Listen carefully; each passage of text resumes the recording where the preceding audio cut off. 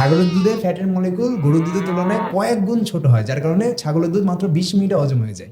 আচ্ছা ভাই, ল্যাকটোজ ইনটলারেন্টে আপনি কি অ্যাডভাইস দিবেন? দুধ হজম হয় না দুইটা কারণে। একটা তো যারা ল্যাকটোজ ইনটলারেন্ট সেটা আলাদা বিষয়, আরেকটা রিজন হচ্ছে যে আমাদের পেটের ভিতরে কিন্তু এনজাইম থাকে। সেই এনজাইম আমাদের আমরা যে খাবারগুলো খাই সেগুলোর মলিকুলকে ব্রেক ডাউন করে নিউট্রিশনে রূপান্তর করে দিয়ে আমাদের ব্লাডে পৌঁছায়। দুধের ফ্যাটের যে মলিকুল সেটা অনেক বড় হয়, দুধ হজম হতে 3 থেকে 4 ঘন্টা সময় প্রয়োজন হয় একজন মানুষের ক্ষেত্রে। কিছু কিছু মানুষের ক্ষেত্রে 5-6 ঘন্টা সময় লাগে, যাদের ডাইজেস্টিভ এনজাইম যাদের অনেক উইক।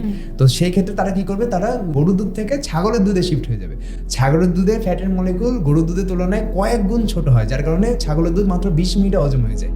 তো আপনার যদি দুধ হজম না হয়, আপনি ছাগলের দুধ জোগাড় করার চেষ্টা করেন, দেখেন আশেপাশে কে ছাগলের দুধ বিক্রি করছে, সেম বেনিফিট পাবেন আপনি। অনেক ক্ষেত্রে দেখা যাবে যে যারা ল্যাকটোজ ইনটলারেন্ট তারাও ছাগলের দুধ হজম করে ফেলে গরুর দুধের তুলনায়। আর যদি একদমই ইনটলারেন্ট থাকেন আপনি, তাদের দুধে যে ক্যালসিয়ামটা পায় সেটা আমরা চিয়া সিডের মাধ্যমে পাবো, ফ্ল্যাক্স সিডের মাধ্যমে পাবো, সেগুলো আপনি ট্রাই করতে পারেন।